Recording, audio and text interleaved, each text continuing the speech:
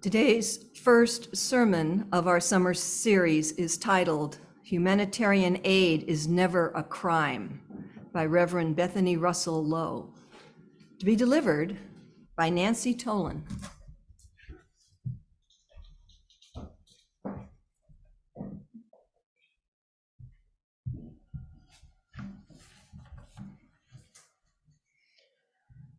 Volunteers of the organization No More Deaths carry gallons of water into remote areas of the Sonoran Desert near the Arizona-Mexico border, where dozens of people die every year in their attempt to walk across the border. It is a gruesome death. For as many of the dozens of bodies that are recovered in the desert, estimates are that up to 3 times that number go missing and are never found. It's okay. Take a moment. That's okay. I got some water. Thank you. Thank you. You need it. Okay. Okay, keep grounding. Keep grounding. Feel the ground. Yes. Okay. In January 2018, No More Deaths, a UUSC, a Unitarian Universalist Service Committee partner, released a report. I don't cry at home.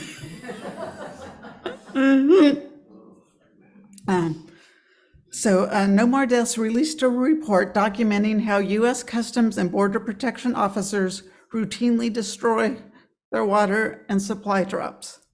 Authorities responded swiftly, arresting a No More Deaths volunteer, Scott Warren, that same day and charging him with harboring illegal aliens, a federal felony. Several other No More Deaths volunteers were also charged with criminal offenses for leaving water in the desert.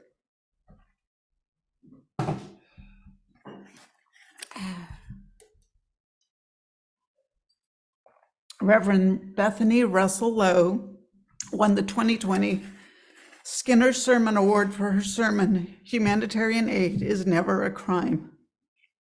She wrote the sermon following the jury's verdict in the second of 2 trials against Dr. Scott Warren on felony charges for offering food and water and basic need to 2 migrants in the Sonoran Desert. Here's the sermon.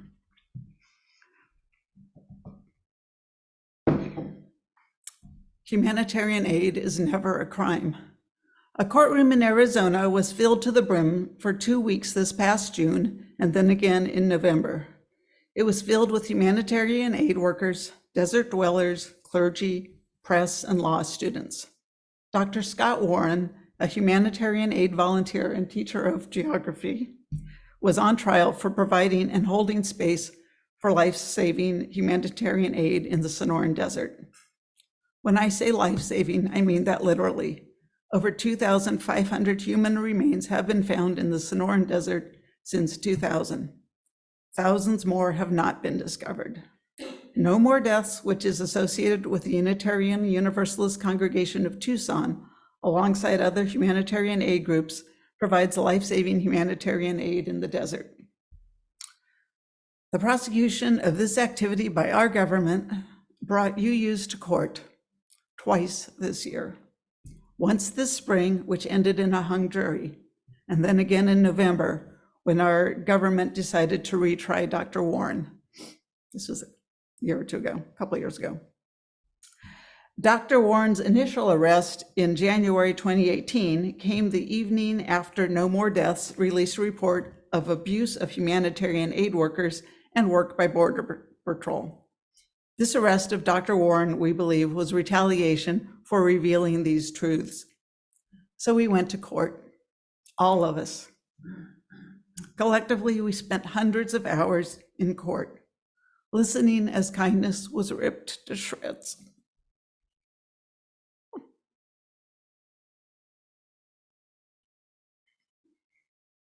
Listening as the impulse to compassion was openly questioned.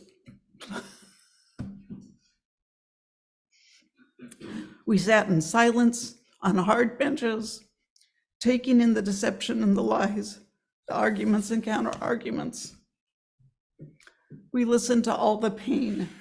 We took breaks when it was too much for us. Others listened when we couldn't anymore.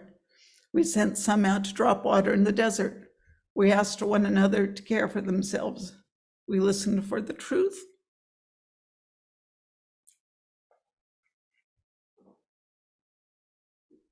Can I read it? No, I'll get it through. But I'll keep that in mind. Thank you. We amplified the truth. We did not let our hearts break. We let our hearts break open. So when the hour came, right after the flurries of texts and emails about a verdict, as we power walked back to the courthouse, we could feel hope begin to fill in the places where our hearts had broken open through the pains of the trial. Just for a minute. It's okay. Yes, just breathe, breathe, breathe. Yeah, that's okay. That's okay. I will. Okay. Stay in your head as much as Yeah. you can. Okay.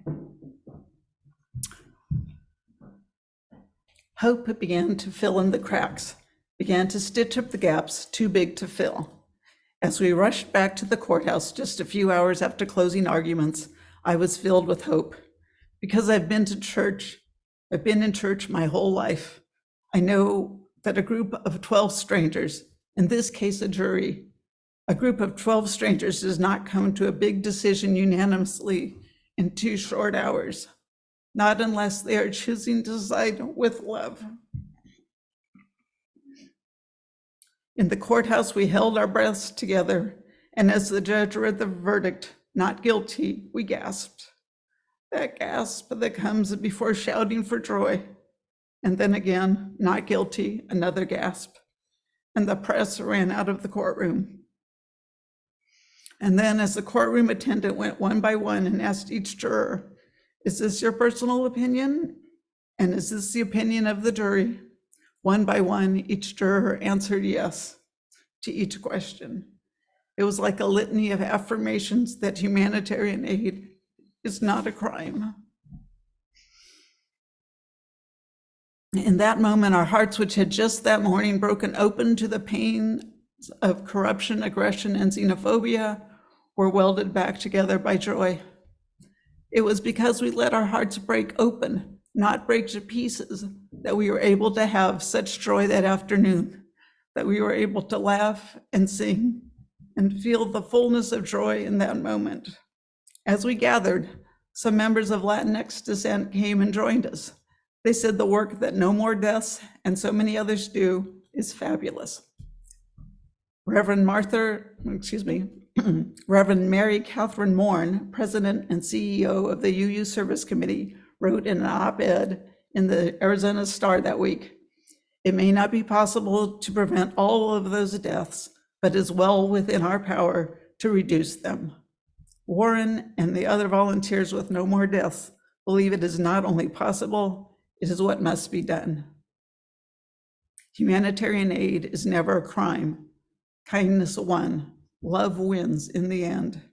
And the day after that trial, RAICES paid out $2.1 million to bond out 200 migrants from the deadliest detention centers in the United States.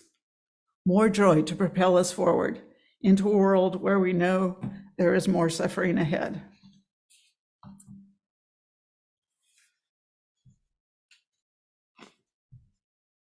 English poet William Blake once wrote, "Joy and woe are woven fine, a cloth for the soul divine. Under every grief and pine runs a joy with silken twine." And Pueblo author Martin Prechtel wrote, "Grief expressed out loud for someone we have lost, or a country or home we have lost, is in itself the greatest praise we could ever give them."